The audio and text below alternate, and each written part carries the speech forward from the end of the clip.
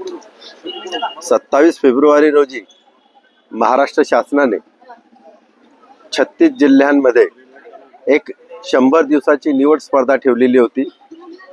मुख्यमंत्री देवेंद्र फडणवीस यांनी घोषित केले होते की या 100 दिवसाच्या कार्यात जो जिल्हा अग्रेसर राहील त्यांना या ठिकाणी पारितोषिक देण्यात येईल।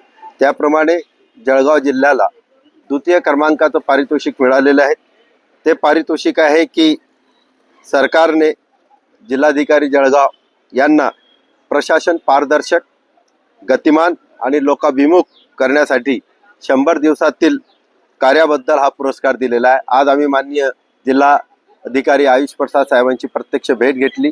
त्यांना शाल, श्रीफळ व एक फ्रेम आम्ही त्या ठिकाणी त्यांना सुपूर्द केली जळगाव जिल्हा एकता संघटनेमार्फत, आणि त्यांच्याकडून अजून अपेक्षा व्यक्त केल्या की आपण आहात तोपर्यंत जळगावचा विकास आणि त्यासाठी असणारे सगळे प्रयत्न आपण करा।